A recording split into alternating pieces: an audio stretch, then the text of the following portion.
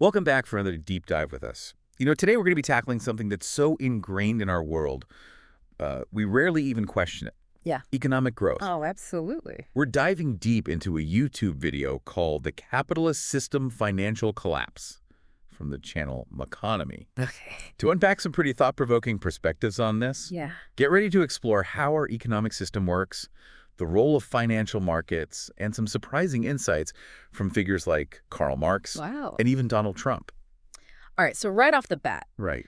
this video, it poses this really interesting question. Yeah. Imagine an alien observing humanity's obsession with growth. Okay. Would it seem rational? Right. Or more like a collective obsession, bordering on a virus? Like a fever or something. Yeah. And the video uses that analogy to highlight the almost primal fear that sets in when growth slows down. Oh, yeah. Like, if it's not constantly expanding, the Yeah. whole system is about to collapse. Yeah, it's really interesting how we treat economic growth as the ultimate measure of success, almost like a religion. Almost like a god we're chasing. Yeah, exactly. But to understand this fear, we really need to look back at how this obsession with growth took root in the first place. Okay, so let's rewind a bit, Yeah. back in time. All right. The video argues that this fear is rooted in the aftermath of World War II. Okay. So like the post-war boom, Right. what we often call the golden age of capitalism. Right. Right. This really solidified this whole idea that a growing GDP equals prosperity. Exactly. And, this period, fueled by rebuilding and increased consumer spending, created a sort of collective amnesia, right? Yeah. The link between GDP growth and well-being was cemented, even though the conditions that enabled this growth were ironically born from wartime destruction. Right. Yeah, it's like the ultimate irony in a way. Yeah. It makes you wonder, is this idea of infinite growth based on like a flawed premise from the start? That's where the Limits to Growth report comes in. Published in 1972 by the Club of Rome. This report really challenged this idea of infinite growth on a finite planet, right? Okay. Using computer modeling, they predicted resource depletion, environmental degradation, and eventually a decline in global well-being if we continued on the same path. So essentially it was a warning sign. Yeah, a big one. This report, I'm guessing, caused quite a stir. Yeah, absolutely. It was highly controversial. Yeah. Because it challenged this prevailing narrative of endless economic expansion. Right, going against the grain. Totally. Yeah. But, as the video highlights, many of his predictions, unfortunately, are becoming a reality. Oh, wow. Yeah. The video uses the example of deforestation in the Amazon rainforest to illustrate this point. Right. Specifically, the state of Mato Grosso in Brazil, Okay. which in just a few decades transformed from untouched wilderness to a global agribusiness hub. It's a stark example of how unchecked economic growth can negatively impact the environment. Yeah. The story of Highway 163 is particularly striking. Originally, it was just a dirt road intended to open up the rainforest. Yeah. It ended up being paved and becoming a major artery for transporting soy and cattle, leading to massive deforestation. Wow. So it really facilitated that whole expansion. Absolutely. There's a quote from a Brazilian businessman in the video that I found chilling. Yeah. When asked about the limits of growth in the region, he simply says, "The limits, probably the sky. They haven't reached the limits." It just perfectly captures this unwavering faith in growth, Yeah. even in the face of devastating environmental consequences. Absolutely. It makes you wonder, Yeah. do we all share a bit of that mindset? Subconsciously. Even subconsciously. Yeah, I think there's probably some truth to that. Yeah, it's a question worth pondering, that's for sure. It really is. While the Limits to Growth report was initially dismissed by many, Right. the video argues that we're now seeing its predictions play out in real time. So if the 1970s started revealing the cracks in this growth-centric model, what happened next? Did we hit the brakes? Well, not exactly. Instead of rethinking our approach, we doubled down, Oh, wow. shifting from an industrial economy to one increasingly dominated by financial markets.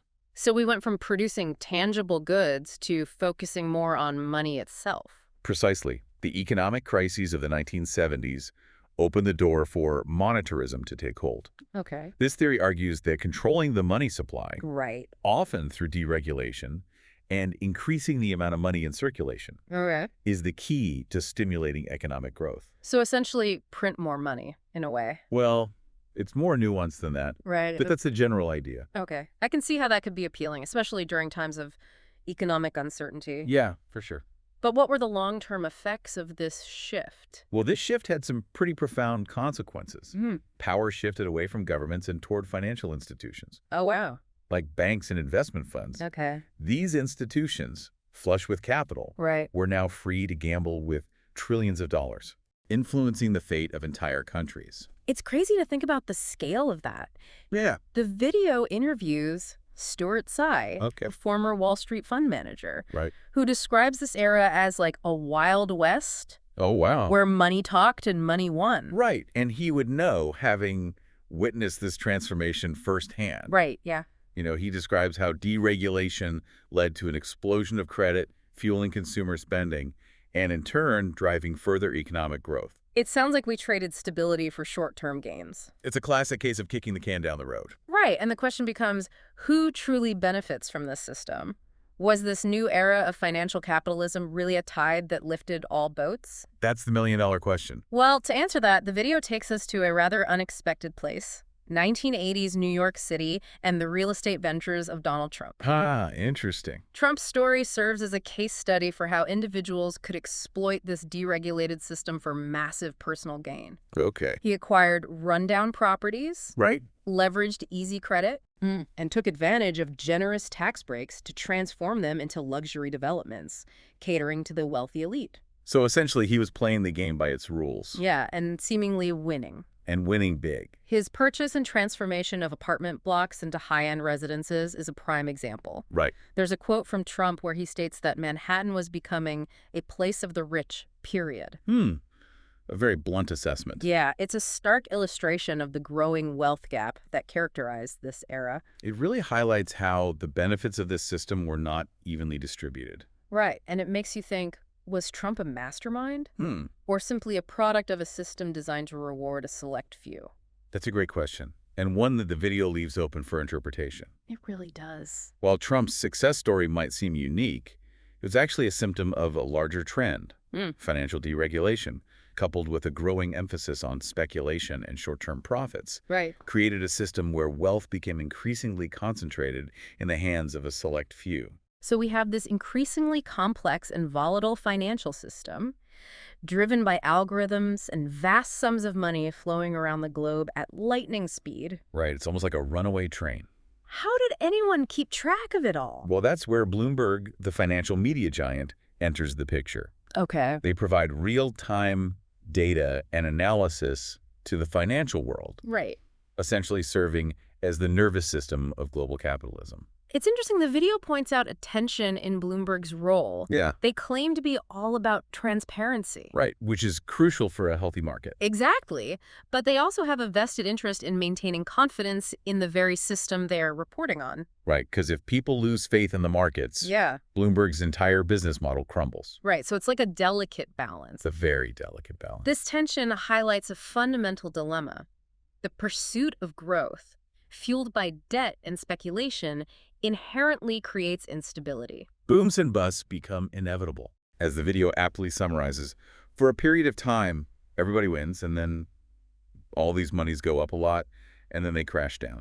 And crashed down it did in 2008 with the global financial crisis. Right. This is a stark reminder that this system, despite all its claims of sophistication and efficiency, Yeah. was built on shaky ground. The 2008 crisis was a pivotal moment. It exposed the deep flaws in a system that had become too big, too complex, and too reliant on unsustainable levels of debt. It raised the question, if this near collapse wasn't enough to prompt fundamental changes, what will it take? A very unsettling question. It's a chilling thought. Yeah. But before we spiral into existential dread, Right. let's take a moment to process what we've learned so far. Okay, good idea. We've explored how the concept of economic growth became a cornerstone of our economic system, Right. but also how this pursuit of endless growth has led to environmental degradation and a concentration of wealth in the hands of a few. Yeah, the consequences are becoming increasingly clear. And we've seen how the rise of financial capitalism, fueled by deregulation and a shift towards speculation, has created a system that's inherently unstable and prone to crises. It's a system built on a foundation of sand, in a way. But there's another force at play, Yeah. one that's rapidly reshaping the economic landscape and challenging our assumptions about growth even further. Okay, I'm intrigued. You're talking about technology, right? Oh, yeah. Specifically, the rise of automation and artificial intelligence. You got it. And that's where we'll pick up in the next part of our deep dive. Okay, looking forward to it. All right. So we've been unpacking this whole idea of this growth-obsessed economic system, right? Right. But there's another layer to this whole story that we need to look at. The rise of automation and artificial intelligence, or AI. You know, it's funny, when we talk about AI, we often imagine like those futuristic scenarios from sci-fi movies. Right. But the McConomy video brings it down to earth. Yeah. Showing how AI is already impacting the workforce today. Absolutely. In a very real way. Yeah. The video highlights how machines are starting to replace not just physical labor, Right. which we've seen throughout history, but cognitive labor as well. Oh, wow. So jobs that were once considered uniquely human, Yeah. requiring critical thinking and problem-solving skills, are now being automated. The video uses the example of IBM's Watson. Okay. This AI system can analyze massive amounts of data, identify patterns, and even generate creative text formats, Wow. like tasks that were previously done by highly skilled professionals. It's pretty mind-blowing when you think about it. It really is. What's really fascinating here is the speed at which this technology is evolving. Yeah. Think about Sophia, the human-like robot that made headlines a few years ago. Oh, yeah, I remember that. The video shows clips of Sophia interacting with people, even expressing emotions. It's both fascinating and a bit unsettling Sure. to think about how these types of robots might reshape the future of work. Yeah, it definitely raises questions about the future job market. Yeah. Right. If machines are increasingly responsible for economic growth, Yeah. but they don't earn wages or consume goods in the same way humans do, Right. where does that leave us? Right. Yeah. Like, who's going to buy all the stuff? Exactly. Who will buy all the products and services being produced? It's a really good question. That's the crux of the issue. Yeah. The video challenges a fundamental assumption of our current economic model. Okay. It suggests that we might be heading towards a paradox where technological advancements, Okay. while increasing productivity and creating wealth, Right. could also lead to widespread unemployment and a decline in consumer spending power. It's like a double-edged sword. Yeah. We're told that technology will make our lives easier Right. and create new opportunities. Yeah. But what if it also creates a massive economic divide where those who own the machines benefit while others are left behind?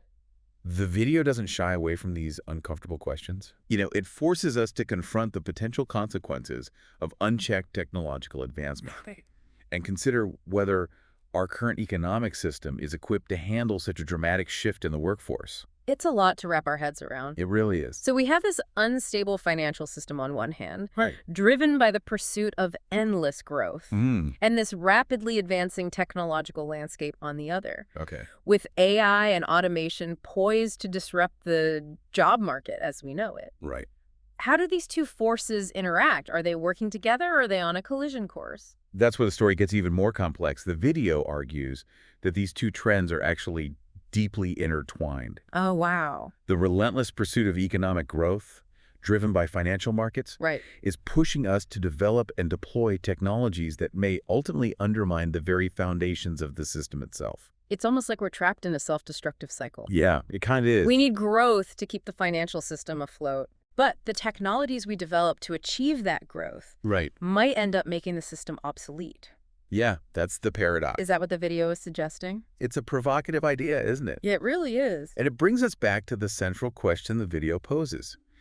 Is infinite growth on a finite planet even possible? This question has been debated for decades, Right.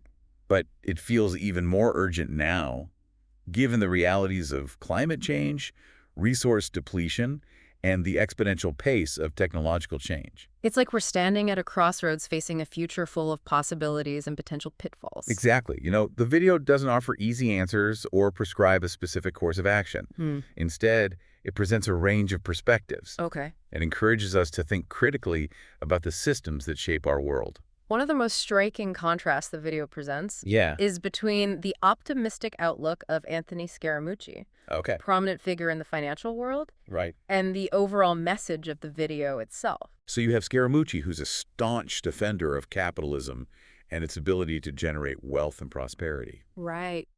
He embodies the unwavering optimism that often characterizes those who benefit most from the current system. He talks about limitless human potential, Yeah. citing examples like asteroid mining and curing cancer as evidence of our boundless capacity for innovation. Right, and you can't help but get swept up in his enthusiasm. Yeah, you really can't. He paints a picture of a future brimming with technological breakthroughs, driven by entrepreneurial spirit and the pursuit of profit. It's a very compelling vision. It is, but the video juxtaposes it with a more sobering perspective. Okay. It questions whether this blind faith in perpetual growth, Yeah. while inspiring, might also be a form of denial, ignoring the very real limits of our planet Yeah. and the potential consequences of our actions. So, on one hand, we have Scaramucci's belief that technology and human ingenuity can overcome any challenge. And on the other hand, we have the video's cautionary message that our current trajectory might be unsustainable Yeah. and that we need a fundamental shift in our values and economic priorities. Exactly. It's a powerful contrast that highlights the tension between those who believe in the power of the market to solve any problem Right? and those who believe that the market itself might be the problem. It's a lot to digest. It really is. We've explored the history of economic growth, Right. the rise of financial capitalism, the impact of technology, and the looming environmental crisis. Yeah. It feels overwhelming, to be honest. Yeah, I understand. So where do we go from here? What are we supposed to do with all this information? Well, that's where the conversation gets really interesting. The video doesn't provide a roadmap or a set of solutions. Right? But it does offer something even more valuable. Yep. A framework for thinking about these complex issues. Mhm. It encourages us to question our assumptions, challenge the status quo, and imagine a future where human well-being isn't solely defined by the pursuit of endless economic growth. The video ends by posing a series of open-ended questions that really resonated with me. Oh, yeah. Can capitalism adapt to a world of resource constraints and technological disruption? Right. Is a different economic model even possible? It's as if the video is inviting us to step outside the matrix, Oh, to see the system for what it is, right. and consider whether we want to continue playing by its rules. And perhaps the most thought-provoking question the video poses is this. What does a good life look like Yeah. if it's not defined by material possessions and constantly expanding consumption? It's a question that lingers long after the video ends, It really does. prompting us to reflect on our own values and priorities. It's a powerful question that challenges us to redefine what truly matters. Absolutely. But before we delve deeper into that, let's take a quick recap to make sure we're all on the same page. Okay, so we've covered a lot of ground in this deep dive. Yeah, we have. From the history of economic growth to the rise of financial capitalism and the looming impact of AI. A lot to think about. I don't know about you, but my head is spinning a bit. It's definitely a lot to process, but remember, the goal isn't to overwhelm you with information. Right. It's really just to spark a conversation, Yeah. to challenge your assumptions, Yeah. and to empower you to think differently about the systems that shape our world. One thing that really struck me was this whole idea that economic growth has become almost like a religion. Oh, yeah. Something we just take for granted as the ultimate measure of progress. Think about it. Yeah. We celebrate economic growth as a sign of success, Right. and we fear recession as a sign of failure. Right. It shapes our political discourse, our investment decisions, Yeah. even our personal aspirations. Yeah, it really does. But what if we've been chasing the wrong metric all along? What if, instead of focusing on growing the economy, we focused on growing our well-being? What if, instead of valuing material possessions, we valued experiences, relationships, and community? Those are the kinds of questions the video encourages us to ask. Right. It challenges us to consider alternative models, Okay. like a steady-state economy, Right. degrowth, or donut economics, which prioritize well-being and sustainability over endless expansion. I'm familiar with the concept of a steady-state economy, but could you explain donut economics for our listeners who might not be as familiar? Absolutely. Donut economics essentially proposes that we strive for an economy that meets the needs of all people within the ecological limits of our planet. Okay. Imagine a donut, Yeah. where the hole in the center represents a shortfall in meeting essential human needs, like food, water, healthcare, and education. Right. The outer ring of the donut represents the ecological ceiling, the planetary boundaries we cannot cross without risking environmental collapse. The sweet spot, the dough of the donut, is where we want to be, meeting everyone's needs within a safe and sustainable ecological space. That's such a helpful visual. Yeah. It really reframes the conversation about what a successful economy looks like. Exactly. And it highlights that our current economic system, with its relentless focus on growth, is pushing us beyond the ecological ceiling while leaving many people falling short of their basic needs. So if we accept that our current system is flawed, what can we do about it? Yeah, it's true. Changing a system as entrenched as our current economic model won't be easy. Right. But remember, even small changes can have a ripple effect. The first step is simply becoming aware of the assumptions and beliefs we've inherited about economic growth, Okay. recognizing that it's not some immutable law of nature, Right. but a human-made construct that we have the power to question and reshape. It's like the video is inviting us to take the red pill. Yeah, to see the world beyond the matrix. Yeah, exactly. Once we see the system for what it is, we can start to make different choices. Okay. We can choose to consume less, to support businesses that prioritize sustainability and ethical practices, Right. and to advocate for policies that promote social and environmental justice. It's about reclaiming our power as consumers and citizens, recognizing that we're not just passive participants in this system, but active agents who can shape the future. Exactly. We're not powerless. Right. The future is not predetermined. Yeah. It's something we create through our collective choices and actions.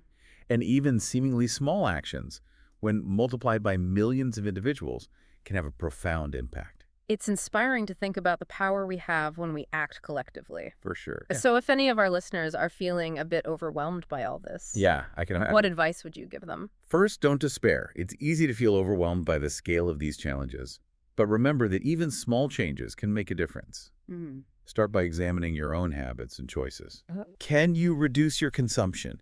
Can you support local businesses and sustainable practices? Can you engage in conversations with your friends and family about these issues? It's about starting where you are with what you can control. Exactly. And if this deep dive has sparked your curiosity, keep exploring these ideas. Right. There are countless resources out there. Yeah. Books, articles, podcasts, documentaries. Yeah. The more you learn, the more empowered you'll feel to make a difference. It's an ongoing journey of discovery, and it's one we don't have to take alone. For sure. We can learn from each other, support each other, Absolutely. and create a future where human well-being and planetary health are no longer sacrificed at the altar of endless economic growth. Well said. Remember, the future is not something that happens to us. It's something we create together. Thanks for diving deep with us. It's been a pleasure. We hope this conversation has challenged your thinking and inspired you to envision a different future.